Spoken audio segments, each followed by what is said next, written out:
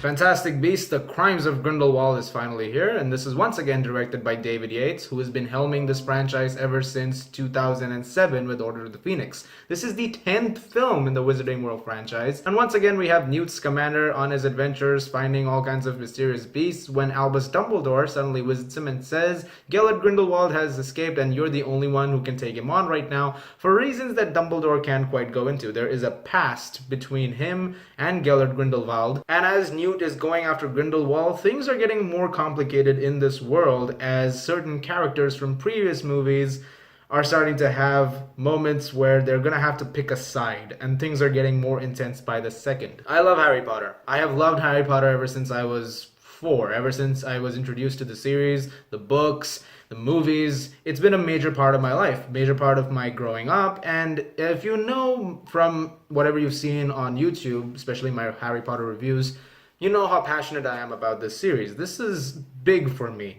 Like, Star Wars is big, and Marvel is big, and DC is big, but Harry Potter grew you up. It was very impressive in that regard, and it's important in that regard.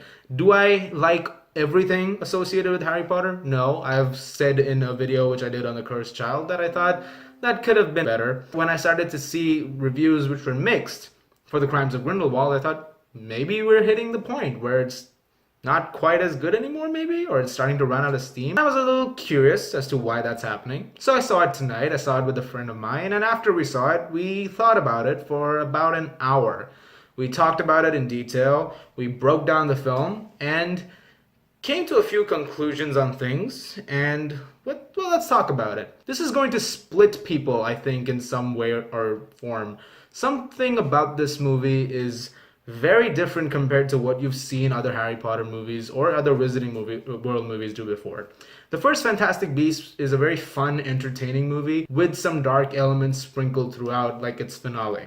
This film might actually be the darkest film in the Wizarding World series so far, and I'm not saying it in terms of aesthetic, I'm saying it in terms of a tone. This film is sinister. There is this grounded take to this universe that they've created in the 1920s, which actually was a little unsettling at points. Grindelwald is creating this base, he's bringing his followers in, and as you see, certain characters who you may have seen before or never seen start to go more into this line of thought that Grindelwald has created. You start to understand how this universe works. It's actually pretty intense. This is also the most disconnected from those movies in that regard too, because the other films, like I said, have that element to it, which is still, with the childishness of it, and the fact that you're still, with the books that you grew up with, and that entertaining aspect to it. This, on the other hand, takes it to a whole other level. And my friend, when I was saying this to her, she also was like, "Yeah, I completely agree."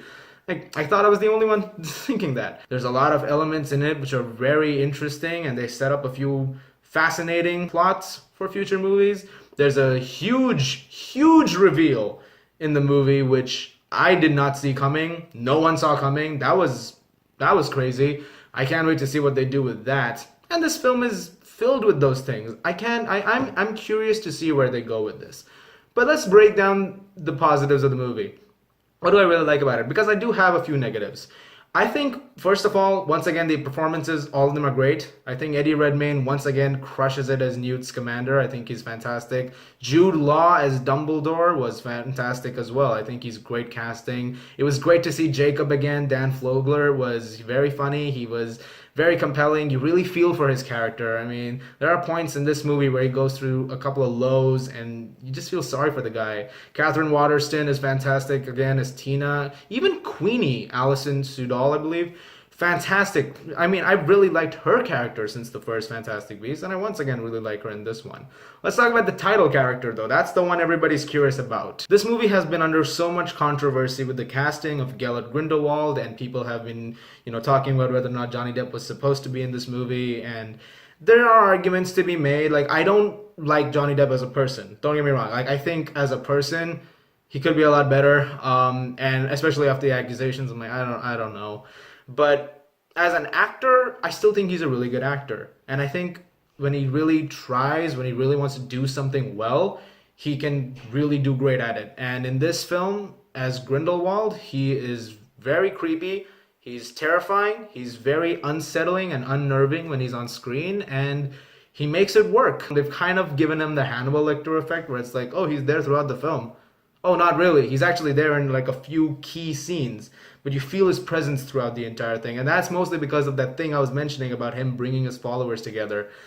The impact that he has on this movie is immense. The special effects, once again, are top notch. This movie looks brilliant. They're better than ever. There's a few scenes which are absolutely stunning. Some of the best I've seen in the franchise so far. Technology has come a long way. The score by James Newton Howard is, again, very unsettling and disturbing at points. There's this, again, one scene where music is playing and it gets under your skin. It really does. My friend kept trying to say something. I was just sitting there, oh my, like I gotta pay attention the whole way to this. And that was fantastic. The cinematography has always been on point with Harry Potter, and once again, this film does not cease to amaze me. It's absolutely beautiful to look at. I mean, really, the things that you've liked about most Harry Potter films in terms of technicals go, and acting or whatever, they're all great. It's directed beautifully too, and there are some fantastic sequences and it's really well done. My issues lie with some of the script. I think it's a bit too muddled. There's a few points where subplots are brought up and you have to remember that, oh right, we gotta go back to that thing. Oh, we gotta go back to that thing, and we gotta go back to that thing. It jumps a lot between certain plots. And sometimes it kind of lose sight of, wait, Grindelwald, we gotta go back to him. He's the main point of the film. That can get a little jarring, you know. There was this one point where you just did not have Grindelwald at all for about 40 minutes. The film has a great way of connecting it eventually, but for the longest time, for at least 2/3 of it, you're kind of going back and forth, ping-ponging between certain things. It's not all bad. I feel like some people are really going to hate the fact that this handles multiple subplots. It worked for the most part. I mean, the movie did as good a job as it could. I feel like this was written with the intent of it's a novel, as some people may have noted. Maybe next time, if it got a little more streamlined, I think it would be a little better for the script. That's just my personal take on it. Also, while it's not that long a movie, it's like 2 hours and 15 minutes, sometimes it could have been a little better in terms of pacing. There's a few glaring issues in that regard too. That's just me. That's really my biggest issues with it. Like I said, this is going to slip people down the line though. While I have said that this is the darkest movie, it also feels, like I said, disconnected. In fact, I said this to a friend of mine, and to the same friend I saw the film with, and I said, you could marathon all 9 movies before this and go in for this movie and still be completely thrown off by what this film is doing. It's starkly different compared to what you've seen. By the way, I completely forgot to mention Zoe Kravitz and Ezra Miller are in the movie as well, and they're also really, really good. Their performances were really great. I found Letta Lestrange's character very interesting. I do want to know more about her character. Credence also has a very interesting storyline in this movie, continuing off of what happened in the first Fantastic Beasts. It sets up a lot. There, like I said, it has all these chess pieces. It's like a board. It's setting all of them up so that once we get to the next few movies, J.K. Rowling, it seems like she has a plan. Some people are going to see this as a big muddle thing, and I can see that in a way. Like I said, there are a lot of subplots going on. But I also believe that somewhere along the way, she's going to find a way to connect all this. I really like the movie, but if I was to really be honest with you guys, this might be my weakest Wizarding World movie so far. Despite the fact that I think it's very different, and I appreciate the fact that it takes a few storytelling risks and does things vastly different than any other movie in this franchise has done so far. I actually want to see it again in that regard, because lots of things are a little different to process compared to the other movies. In the other movies, you had fun and they were entertaining and you moved on with the rest of your day. This one actually has a few moments where you got to think about it. And that way, I appreciate the fact that they're starting to do something which is different, which is going to go against things that have been in the series before. I'm curious to hear your thoughts on it, because so far this is splitting critics. It has like a 58% on Rotten Tomatoes last I checked. Maybe audiences are gonna like this a lot more, you know. I'm gonna echo what I said in Bohemian Rhapsody. We're not the people making decisions for you. We're just like, you know, you. We're like you, the viewers. We just have seen these movies, we give our thoughts on it, but at the end of the day, we're just audience members with our own opinions.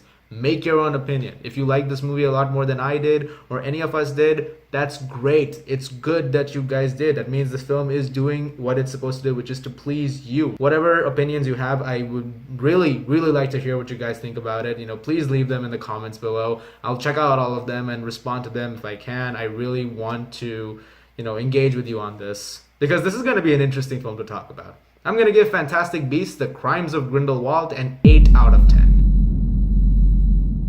I will buy the screenplay. I do want to buy it because I want to read it and I want to go through scenes over and over again, like really absorb it for what it is. I have the first movie's screenplay, so might as well get this one too.